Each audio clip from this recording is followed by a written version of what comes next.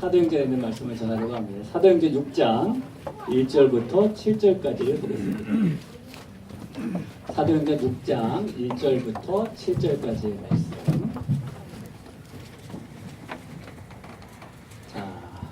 자, 찾으셨으면 한 절씩 교독을 하려고 합니다. 제가 먼저 1절 읽을게요.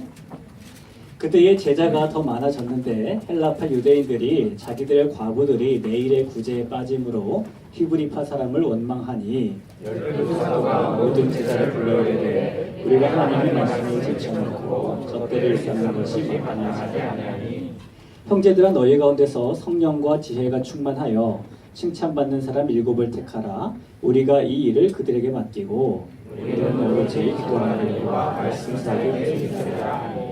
온 무리가 이 말씀을 기뻐하여 믿음과 성령이 충만한 사람 스데반과 또 빌립과 브로고로와 니가노르와 디몬과 바메나와 위들기에 입주했던 안디오 사람 니골라를 택하여 사도들 앞에 세우니 사도들이 기도하고 그들에게 안수하였다. 7절 함께 읽습니다. 하나님의 말씀이 점점 왕성하여 예루살렘에 있는 제자의 수가 더 심히 많아지고 허다한 제사장의 머리로 이 도에 복종하니라. 아멘. 그 모든 아이들이 그러는 건 아닌데요. 어떤 아이들은 성장을 하면서 주로 4살에서 12살 사이에 이런 일을 겪는다고 합니다. 밤에 잠을 자다가 갑자기 무릎이나 아니면 종아리나 허벅지, 팔이 막 아프다 그러는 거예요. 다음날 이제 부모가 아이를 데리고 병원에 가서 피검사도 해보고 엑스레이도 찍어보고 그러는데 아무런 이상이 없는 겁니다. 이런 걸 성장통이라고 부르죠. 성장통이라고 부릅니다. 성장기에 있는 아이들이 겪는다고 해서 그렇게 부르는 거죠. 그래서 그런 일이 있을 때에 크기 위해서 겪는 잠깐의 어려움이라고 우리가 이제 이해를 하게 됩니다. 성장하는 아이들만 성장통을 겪는 것은 근데 아닌 것 같아요. 우리 개인을 보면은 우리 예를 들면은 내면의 성장을 위해서 우리 내면이 성장통을 경험할 때도 있고 또 우리의 인생이 또 피하고 싶어도 피할 수 없는 그런 인생의 성장통을 겪기도 합니다. 또는 우리가 믿음 생활을 하면서 영적으로도 겪는 성장통이 있어요. 교회 안에도 성장통이라는 것이 있습니다. 특별히 사도행전에 나오는 교회들을 우리가 여러 번 살펴보게 되면은 사도행전에 나오는 교회들은 이런 영적인 성장통을 많이 겪었던 그런 교회들입니다. 오늘 우리가 읽은 이 사도행전 6장에 나오는 교회는 예루살렘 교회예요. 예루살렘에 있었던 교회입니다. 역시 그 교회도 성장통을 많이 겪었는데 그 중에 한 사건을 오늘 우리가 좀 살펴보려고 합니다. 예루살렘에 있던 교회가 하나님께서 참 많은 은혜를 주셨어요. 그래서 아름다운 모습으로 부흥을 하고 참 성장을 했다고 성경은 말을 합니다. 오늘 1절을 보니까 제자가 더 많아졌다라고 말을 합니다. 그럼 더자가 들어간 거에 집중해 보세요. 제자가 많아졌다가 아니라 제자가 더 많아졌다는 얘기는 이미 이전에 이런 일이 또 있었다는 이야기겠죠? 그 7절에도 보면 또 그렇게 써 있습니다. 제자의 수가 더 심히 많아지고 허다한 제사장의 무리도 이 도에 복종하니라 라고 써 있습니다. 도대체 얼마나 제자의 수가 많아졌을까? 예루살렘 교회에 얼마나 사람들이 모였을까? 성경이 우리에게 숫자로 말해줍니다. 사도행전 2장 41절에 보면 신도의 수가 3천이나 더하니라.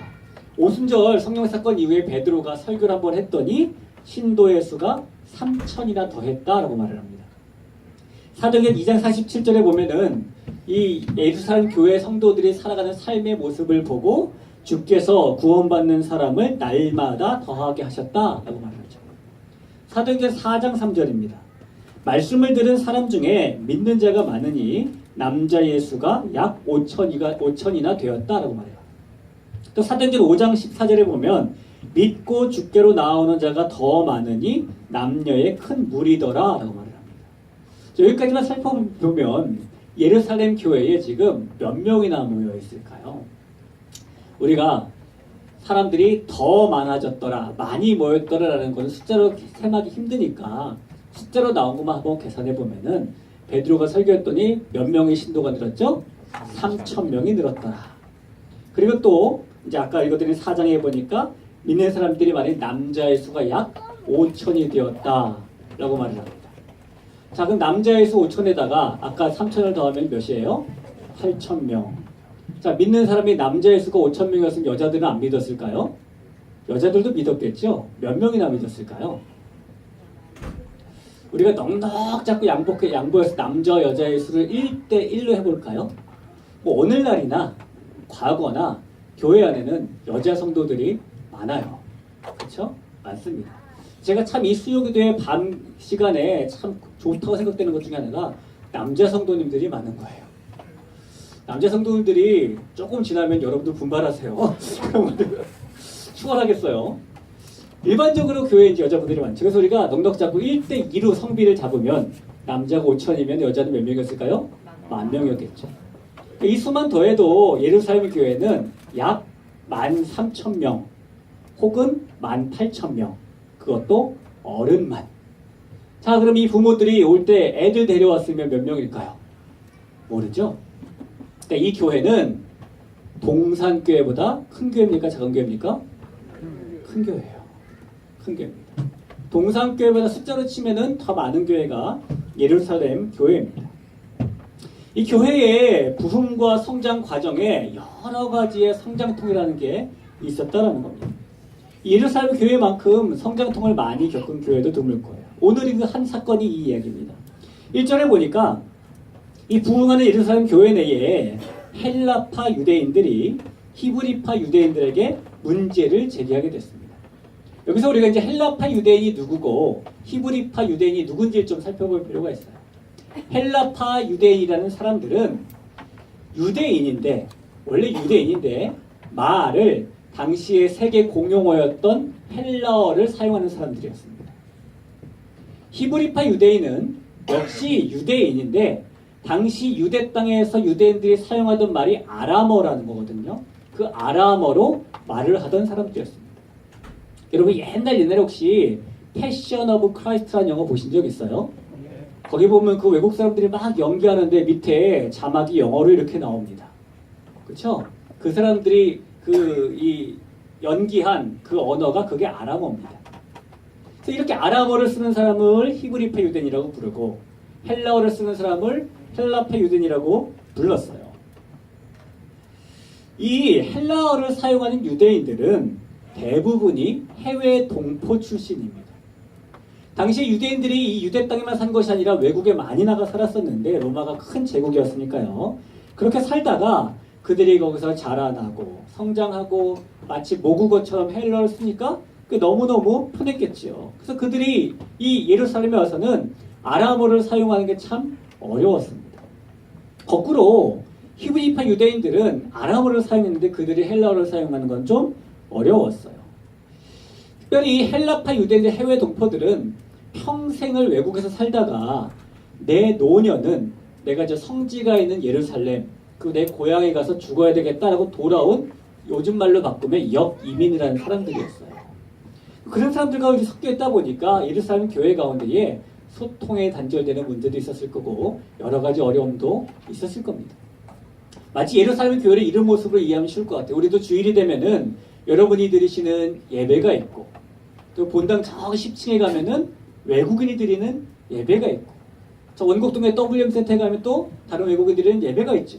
한 교회임에도 불구하고 다른 언어로 드리는 예배가 있는 것처럼 예루살렘 교회가 그런 어려움을 가지고 있었어요. 여러분 이렇게 언어의 어려움을 가진 교회 생각해 보세요. 우리 가운데 절반은 다른 나라말 쓰고 절반은 또 다른 나라말 쓴다면 우리가 어려움이 생기겠죠? 진짜로 어려움이 생겼습니다. 어떤 어려움이 생겼냐면은 구제의 문제가 생긴 거예요.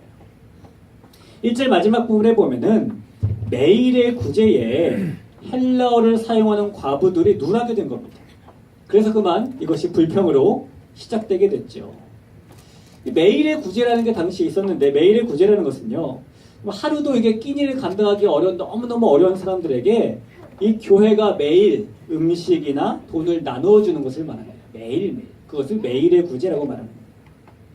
이 대부분의 성도들이 예루살렘이 넓은 것도 아니고 근처에 살았기 때문에 매일매일 모임에 참석을 할 수가 있었어요.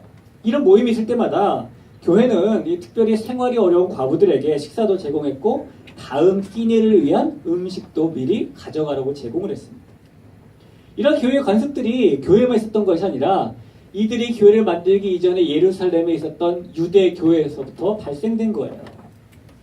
이렇게 의지할 것이 없는 이 과부 신자들에게 음식도 주고 옷도 주고 돈도 주고 이런 일들을 사도들이 직접 관장하고 있었는데 그만 어쩌다 보니까 이 헬라어를 사용하는 과부들이 빠지는 일이 발생하게 된 거죠. 여러분 이 아람어를 사용하는 히브리파 유대인하고 헬라어를 사용하는 헬라파 유대인하고 양쪽에 과부가 있다고 할 때에 어느 쪽이 더 어려운 과부일 것 같습니까? 둘 다 어렵기는 마찬가지겠지만 당시 상황에서는 외국에 살다가 들어온 이 과부들이 더 어려운 과부들이었습니다. 생각해보세요. 우리가 요즘에는 해외에 살다가 역이민을 하면은 굉장히 막 이렇게 잘 살고 막 그럴 것 같죠. 제가 미국에 있을 때 역이민하신 분들이 많이 있었어요. 한국으로 들어가신 분들이. 대부분 어떻게 들어갔냐면은 안 돼서. 좀 이렇게 심하게 말하면은 망해서 들어가신 분들이 대부분입니다. 이들은 뭐 망해서 들어온 것은 아니지만은 역시 해외 동포였다가 유대 땅으로 들어오면서 남편이 그만 먼저 죽고 혼자 살아갈 때에 상대적으로 히브리파 유대인들보다 비빌 언덕이 작은 사람들이었죠. 교회가 더 신경 써야 되는 사람들이었음에도 불구하고 그만 그들이 누락하게 된 겁니다. 여러분 건강한 이 그리스도인의 공동체 교회라는 곳은요. 갈등이 전혀 없는 곳이 아니라 갈등이 굉장히 많은 곳입니다. 아유 교회에는 갈등이 없겠지. 교회에 문제가 생기지 않겠지. 여러분 그거는 우리가 착각하는 거예요. 교회니까 갈등이 생기는 거예요. 거꾸로 얘기하면 갈등이 생겨야 교회입니다. 대신에 생긴 갈등과 생긴 어려움을 우리가 은혜로 바꿀 수 있고 또 사랑으로 극복할 수 있는 공동체, 그것이 아름답고 건강한 교회 공동체이겠죠. 자, 사도들이 이런 문제가 생기니까 이제 해결책으로 오늘 성경에 보니까 이 갈등을 해결하기 위해서 이 교회에 7명의 집사를 세우게 되었죠. 오늘 7명의 집사의 자격 조건을 한번 보시기 바랍니다. 3가지 자격 조건이 있었어요. 하나는 성령이 충만한 사람이었고, 두 번째는 지혜가 충만한 사람이었고, 세 번째는 사람들에게 칭찬받는 사람이었습니다. 이 3가지 자격 조건을 보면은 굉장히 특별하고 특별한 자격 조건이 요구된 것 같지만 실제로는 그렇지 않아요. 여러분 예루살렘 교회 자체가 오순절 성령의 임함으로 시작된 교회 아닙니까? 그렇죠? 우리가 아는 것처럼 마가이들 합방에서 120명의 문도가 다 성령이 충만해. 사도들이 설교하고 세례줄 때마다 그들이 성령을 받았고 그랬습니다. 예루살렘이라는 교회는 모든 성도 자체가 모두가 다 성령 충만했다라고 우리는 봐야 합니다. 사도행전 2장하고 4장에 나오는 그들이 삶의 형태를 한번 보세요. 이렇게 다 나누어주고 통용하고 성령 충만하지 않으면 그렇게 살 수가 없어요. 그런 모습을 볼 때에 예루살렘 교회에 있는 모든 성도들은 다 성령 충만한 자격 조건을 갖추고 있었다. 두 번째 자격인 지혜가 충만한 거죠. 여러분 지혜라는 것이 뭘까요? 우리가 왠지 굉장히 스마트하고 막 딱딱딱 알아내고 이런 걸 지혜라고 생각을 하지만 성경이 말하는 기본적인 지혜의 의미는 선과 악이 무엇인지를 분별하는 힘입니다. 무엇이 옳고 무엇이 그른지, 무엇이 의고 무엇이 죄인지 구별하는 능력을 지혜라고 하는데 그것이 충만한 사람이었어야 됐어요. 그럼 이 선과 악, 죄와 의를 구분하기 위해서는 뭐가 있어야 될까요? 성령의 충만이 있어야 됩니다. 그러니까 지혜가 충만하다는 것은 성령이 충만하다는 얘기예요. 성령 충만한 자격은 모든 교인들이 다 가지고 있었고 따라서 지혜 충만의 자격도 모든 교인들이 다 가지고 있었습니다. 세 번째 자격 요건은 사람들에게 칭찬받는 거였죠.